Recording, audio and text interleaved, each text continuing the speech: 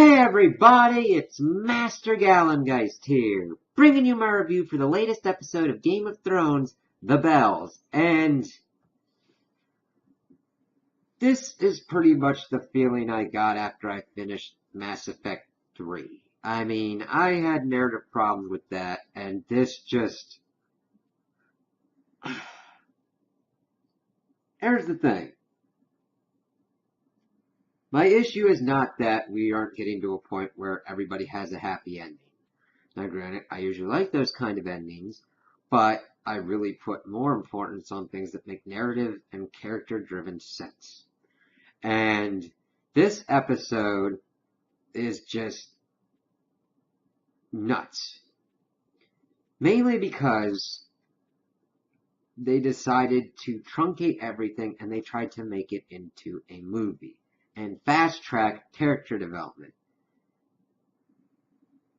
It just has everything happen in such a short and condensed time frame that it really strains suspension of disbelief of what is occurring. I mean, shit that starts happening here even starts to really contradict what happened in the previous episode, honestly. And not in the, like, someone does something that is completely beyond what happened. It's just, this episode is the perfect example of a problem where you go, the plot demands it. The plot demands that it happens this way. And thereby, characters have to act completely out of character, even completely moronically, completely insane, and just, it's really quite shocking. Just beyond the pale. Everybody deserves better than this. Everybody who's been watching, everybody who's worked in this, I put most of the problems on the writing and the content that is given to the actors for them to act. And those people that made these decisions on how to portion out these episodes and how to do them. Because if this was done longer form and Dany's whole arc was given actually room to breathe to get to the eventuality of her insanity-induced craziness, nobody would have a problem because she had been built up more to be ruthless, but I could see that they were attempting to truncate her Mad Queen descent just fully into this season. So, we start off with the fallout. We see that Varys is making moves with the information, writing notes out to people about Jon's heritage and him being another Targaryen and the rightful heir to the Iron Throne. He gets information from his bird that Daenerys isn't eating and that her soldiers are watching her and all that. And we see that Jon rides up in a boat to Dragonstone, and Varys, of course, brings up the line about, like, Targaryens and coin flipping and trying to make it be like, listen, you're the better one, but Jon is stubbornly just saying that she's my queen and pretty much putting it at the end of that and walks off. We see Tyrion then goes to meet a disheveled and crazy-looking Daenerys and tells her about Varys' plans, and, of course, she goes that Jon betrayed her. And that he's like, no, Varys did. And they go into this whole spiel about, like, oh, okay, well, you should have come to me with the information first instead of going to Varys, which you would have known what Varys would have done with that information. But Tyrion is a stupid person at this point and has to do stupid things because the plot demands it. And Daenerys has to look and act crazy because the plot demands it. So, she's berating him for that, and we see he's trying to control this situation, saying that he's sorry that he failed her, and she says, when the next time you fail me again, it's going to be the last time. So, okay, cool. The thing is, he's been acting stupid for the past couple seasons, and doing stupid things, and making mistakes, and I actually don't fault Dany for saying that. Doesn't seem that crazy to me. And here's the thing. I like Tyrion, but he's not acting really like Tyrion at this point. So she gets that information. We see that Varys is doing some of his stuff, but he hears boots, and we see Grey Worm grabs him.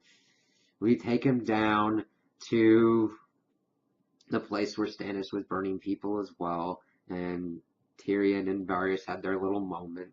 And Varys says that he hopes that he's wrong about everything, and Daenerys pronounces his death sentence and tells Drogon to do Dracarys. And here's the thing. Dany, Jon, and Tyrion and the rest are kind of in a circle around Varys and pretty close. Drogon is able to almost pinpoint spitball Varys. Why is that going to be important? Find out next time on Dragon Ball Z. No. But because it'll pop up later in the episode. And just mainly because of how things work out and how I'm going to go through and say why these things don't make sense. But we have now seen that he has really fine control of his fire to a point that he can spoot on someone and make sure that the people around that area are okay. Because they're pretty damn close, and he's kind of like belched fire on stuff that you would think they'd be done. So, we begin what's going on. Of course, they're doing battle plans and everything, and they're getting all their forces set up. And Tyrion's trying to find out a way to make sure that not that many innocents have to die. And he's bringing up that, like, if they surrender, to ring the bells and all that. That's the kind of thing. He doesn't want them to die. Of course, they get everything kind of set up. We hear that Jaime has been captured trying to get into the city, and of course, he gets into that position to then talk to his brother. They have a nice little moment, and he's decided to get in contact with Ser Davos to do some smuggling, essentially trying to get Jaime and Cersei out of King's Landing. This is not something that Tyrion would do. Okay? Full stop. Cersei's a mad, crazy-ass bitch. And she holds a grudge like a motherfucker. In order for his preservation and the preservation of the Seven Kingdoms, Cersei must die. So, this whole plot line is because the plot demands it again. So, we keep moving, and he's pretty much talking to Jaime and trying to get him to see this reasoning of taking Cersei and leaving. And making sure that he's alive and Cersei's alive and the baby's alive. It's like, yeah, okay. And saying pretty much that he is trying to make up for that one time that Jaime saved Tyrion. And having a tearful kind of goodbye that, hey, you were the only one who didn't see me as a monster, as they hug and they kind of cry as a last goodbye.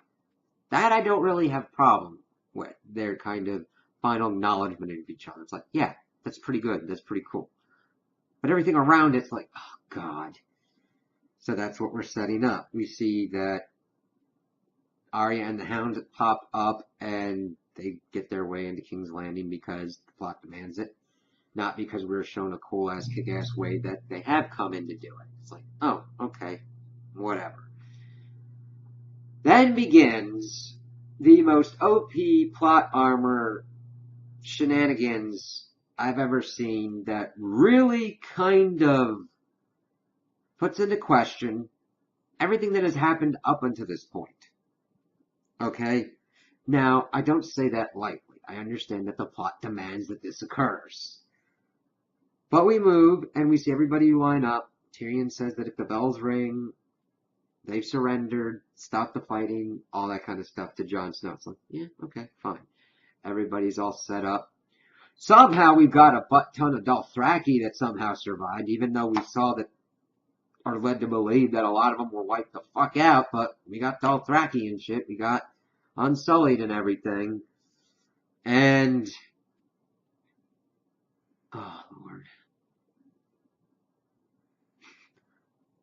we see that the Golden Company comes out. We see the leader of the Golden Company come out, and they're pretty much arrayed before King's Landing. Everybody's like fighting inside. Arya and the Hound pretty much have gotten into the close enough to the Red Keep. Jaime's trying to get in, but he's like waving his hand around, really cementing the fact that he is probably the stupidest Lannister, at least at this moment. Tyrion, of course, is the stupidest Lannister when the plot demands it. And then we get Dany and Drogon pretty much single-handedly win this fight. Okay? Like, seriously, what she's able to do with one dragon and completely shit on King's Landing, they should have technically taken out Cersei first. And she should have done it with her 3 dragons. The Night King, I mean, the way this all happens out with how the plot demanded certain things unfold, so certain things happened. If the Night King didn't have Viserion as a white, he really wouldn't have been able to get through the wall as fast. Now, granted, if you wanted some more interesting kind of matters, you could have introduced the ice spiders and had them climb over and still kind of have some kind of tension. But what do I know? That's just putting the books and stuff in the lore book. However. So what happens is the tactical annihilation of King's Landing. We see that she comes out of the sky and pretty much destroys everything. You know how the Bastille, the Scorpions, were OP last episode and could take out a dragon? Ha ha ha! Drogon's an OP motherfucking nuke ass badass motherfucker and wrecks all kinds of ass. He destroys the Iron Fleet pretty much. They go around King's Landing and destroy all of the Scorpions there as Cersei's looking on like, the fuck is this? And, of course, we don't see the rockstar pirate-ass motherfucker get killed. No. Because the plot demands that he pops up later. Yeah. So, we've seen that Drogon has taken out everything, blasts out a wall, and pretty much fucks up the Golden Company and Harry Strickland, who then gets killed by Grey Worm, as Dany's forces charge into King's Landing and pretty much take control of the city. Then we see Dany and Drogon sitting on a wall, and we're waiting tensely for the bells to ring, and we see the Lannister forces are near Grey Worm and Jon Snow and Ser Davos, and the bells start ringing. They had thrown down their weapons, and now we are here at this impasse that I'm talking about with Drogon's supposed pinpoint accuracy with fire. I mean, he could have lobbed a spitball and fucking fucked out Cersei like ain't nobody's business. Dany at this point has pretty much, in my opinion, even without, because she had brought up that they think their mercy's a weakness, she has tactically and taken out their forces with minimal casualties. You have essentially shown Cersei that her human shields are worth jackass shit. She could have had Drogon fly out to that place and just take her out. You could see her. You could find her. And she is just like, what the fuck? There's so many ways that this could have happened and stayed true to Dany's character. But no, we have to have that the madness descends upon her. Again, this is execution and build-up. I do not have a problem with her going mad and insane. But she has not shown any sadistic, crazy-ass qualities of hurting and murdering and killing people that aren't really part of her plan. If somebody gets in her way, she usually minimizes it to that. Like, the Tarleys. I didn't like that. I understood it, though. It followed the internal logic of these lords do not want to bend the knee to me. They are a problem. They have already fought me once.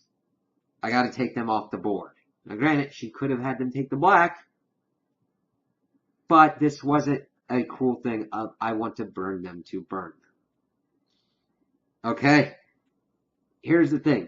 If we had been shown that every so often she would murder someone, or hurt someone, or torture someone, or kill someone, fine. But the way we got to this point doesn't accurately paint that picture. Because at one moment, everything's fine and dandy, and she's won the day, and she's like, you know what? fuck this shit, and proceeds to torch King's Landing and set off Bedlam, and it's just complete utter insanity for the next till the end of the episode. And honestly, it drags on for too long. It feels masturbatory, to be honest with you. Them trying to do essentially showing how nukish this is with ash and everything falling off, the clear carnage and destruction and everything going on. It's just nuts. But Grey Worm sees what's going on. He decides to fuck his character arc up and decides, you know what? He kills a dude who'd had his weapon down. He's like, fuck this, I'm gonna murder this motherfucker, and starts going off crazy. Now, I understand he was in love with Missandei, okay? I understand those kind of feelings. But again, the same with Daenerys, heel turn because the plot demands it. Ah, crazy. Jon's like, whoa, stop this shit. And at one point, when they were pushing into King's Landing, I swear to God, it looked like Jon Snow pushed a dude in front of a Lannister blade and then killed that dude. It was really kind of weird. I know Jon Snow doesn't do that stuff, but he's trying to rein in the situation. He has to deal with one of his troops trying to raping someone and kills them, tells them to get out of the way. Everything's become chaos. People are bringing up their swords again. They're fighting in the streets. Cersei is like, oh, it'll take one good shot to kill her, and it's like, we don't have anything else. So Cersei's crying and has completely lost every kind of will. She breaks. And again, not a problem with that outcome, execution of the outcome. It feels like a completely and utterly different Cersei that we haven't seen up to this point. And we're only shown now. It's nuts. It's not well executed. So Qyburn decides to take her out. You see that Arya and the Hound are running through as the destruction's going on. And Sandor finally confronts Arya and says, look at me. I don't want you to be like me. Stop this revenge. You're going to die if you come with me. And he goes off to go and kill his brother. Arya says thank you to him and buggers off. And we see her running through the streets as she's trying to deal with everything. I know it's pretty much trying to set her up as looking as to kill Daenerys for what has been going on, but it's really kind of weird that this is how her arc for revenge already ends. Especially since everything up until that point has shown that her quest for vengeance works out. And that she somehow has the plot armor to survive the razing of King's Landing and what's going on as we see Drogon's fire going everywhere and also wildfire popping up. It's like, alright, fine. So, then we get the intersections of a couple of other things.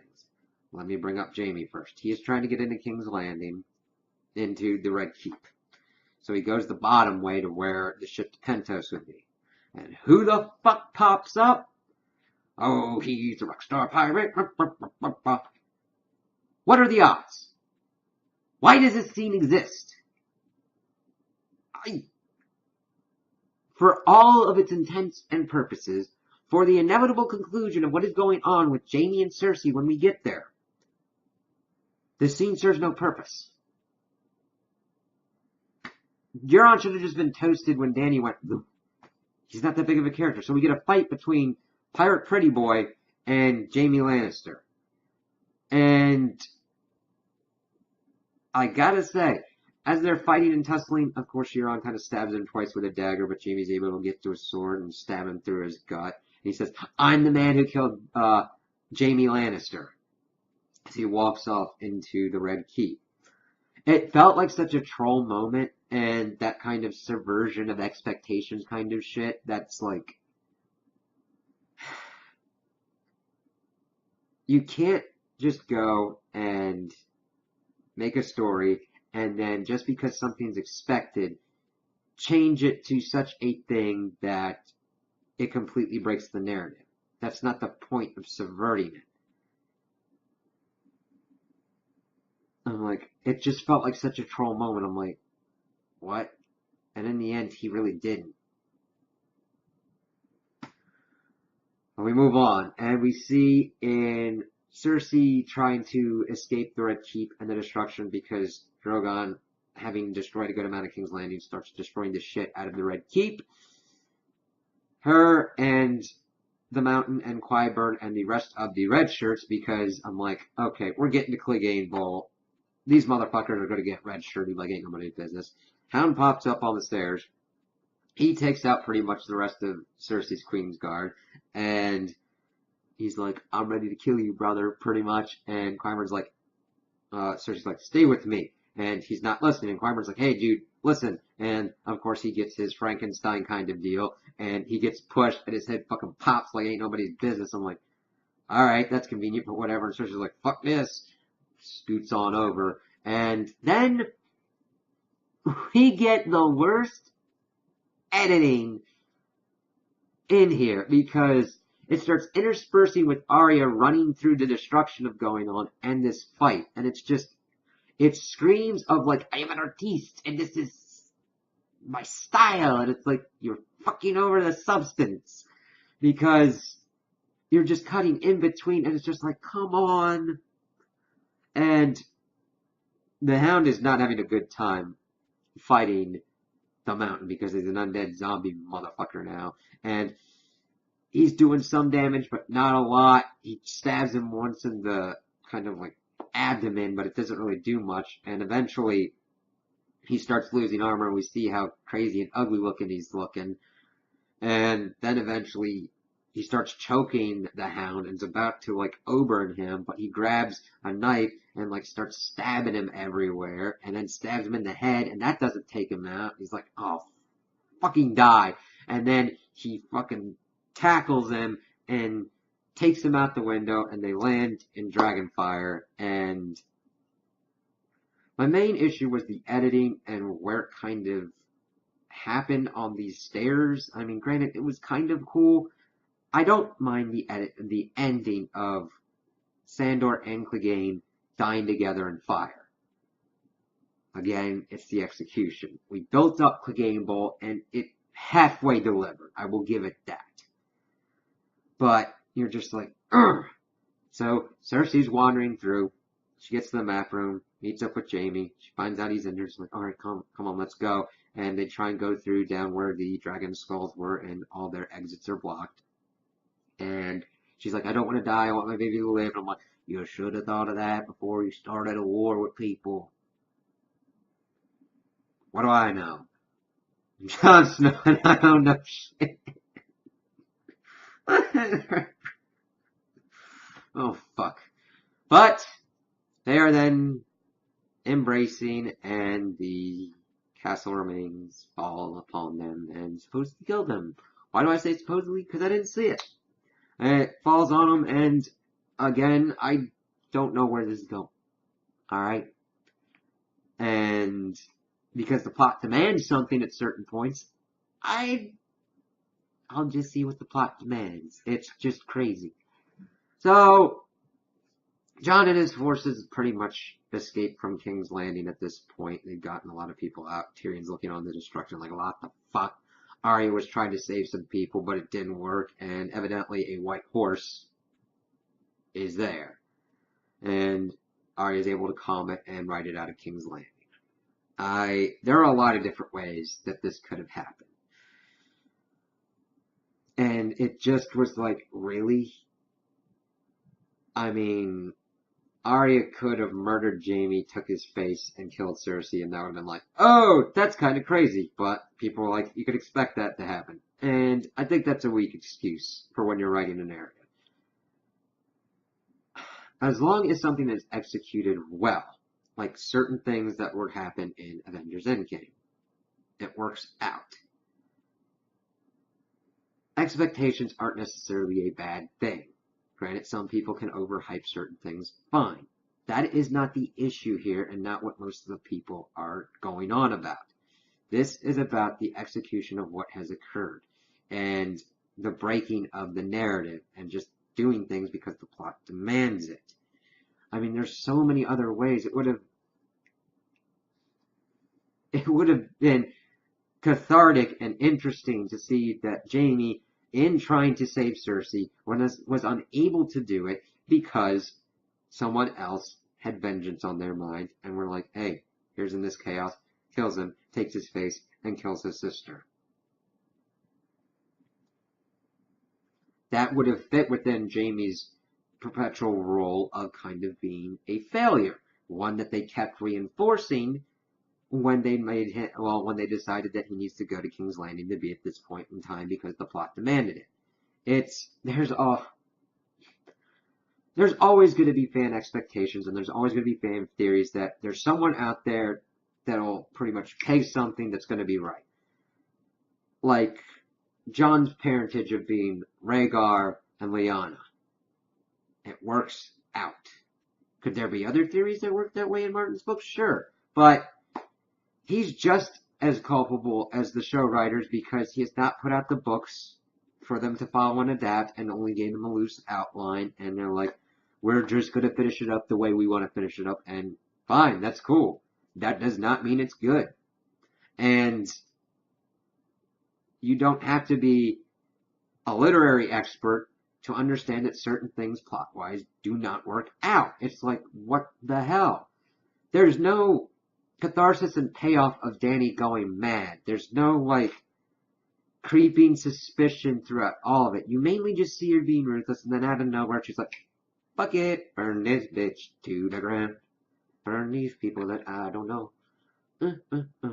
She's usually been targeted with these things. And that's like, the plot demands a horror movie level kind of destruction. And Jon's like, what do I do? And Tyrion's like, what do I do? Usually you have more thoughts than these, and you usually do more actions than these. I don't know. So it is definitely going to be one interesting thing to see this ending. I've only ever felt this about like Mass Effect and The Last Jedi with how these things have been treated. And I was so excited for this season. I was like, oh, how's it going to end? And progressively, it's just like narrative shortcuts, fast traveling to absurd degrees, flip-flopping of plot armors when it is demanded that the plot go a certain way.